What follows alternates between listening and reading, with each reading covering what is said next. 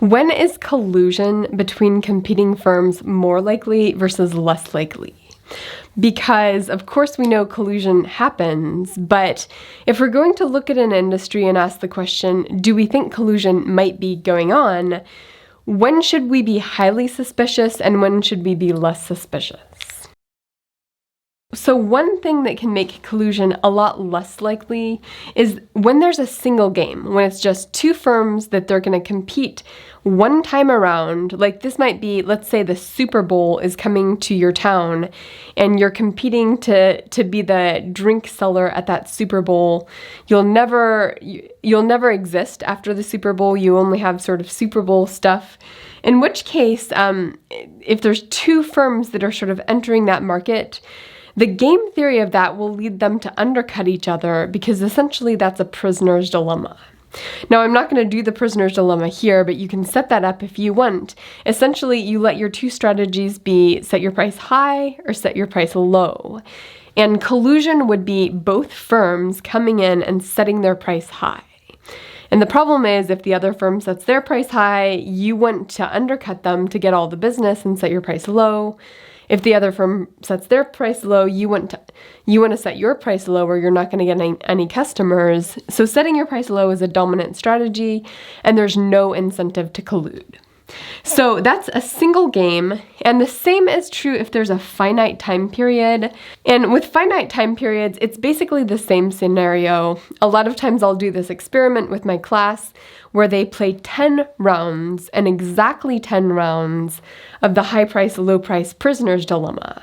And what generally happens is sometimes some of them will start high, but then they pretty quickly figure out that they will always wish they would have gone low. And by the last few rounds, everybody's at just the low price equilibrium, which is non-collusive. Now, the game theory on this can change when you have an infinitely repeated game, just like most firms that are competing in the real world are.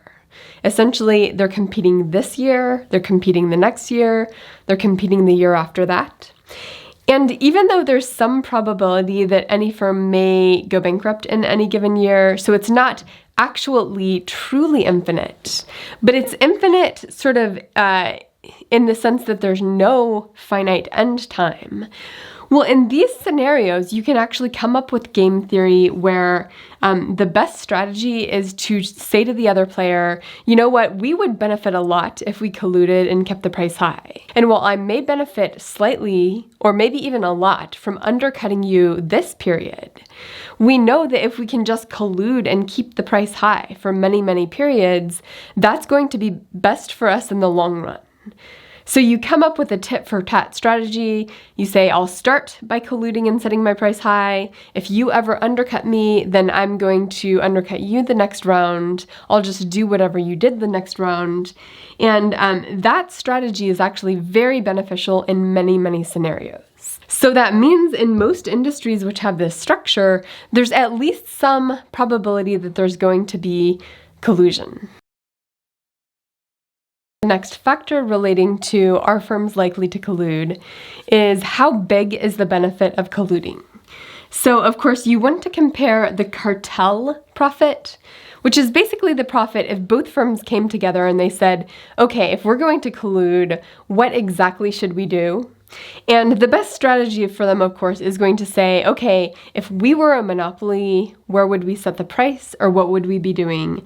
And let's just set the price at that and do whatever we would do if we were a monopoly.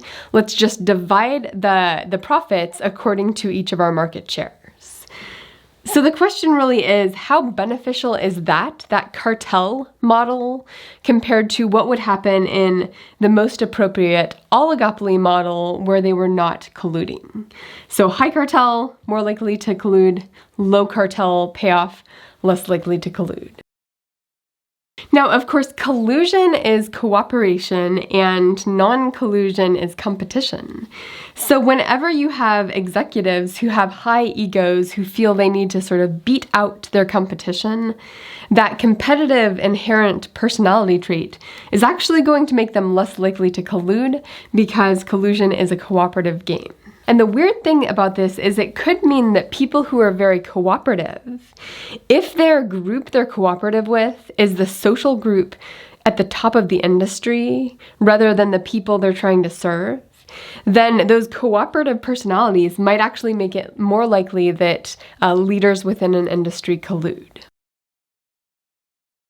Now, the last piece I'm going to add to this is going to sound obvious at first, but I actually think this is something that is being highly overlooked by regulators at the moment. So let me explain this in more detail. Firms are more likely to collude when it's hard for policymakers to observe that collusion. And they're less likely to collude when it's easy to just look at the data and tell that they're colluding.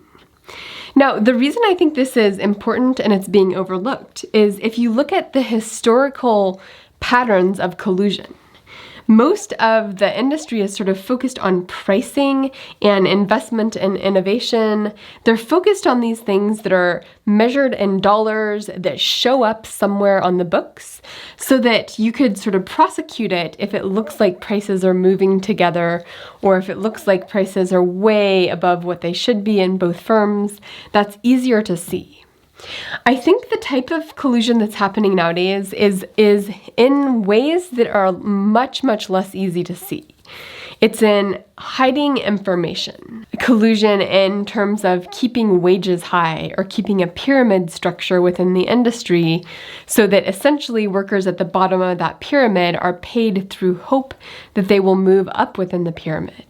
So I think there are different things that are coming way more into play nowadays, which is leading the drive toward a lot of mergers and acquisitions and sort of consolidation of market power, because these firms are essentially using some collusive energy to create conditions in the industry that are favorable to the corporate ecosystem. Now, I could go on about this. I won't go on about it, but this is just an overview of the game theory and other economic considerations that will tell you when is an industry likely to be collusive or not.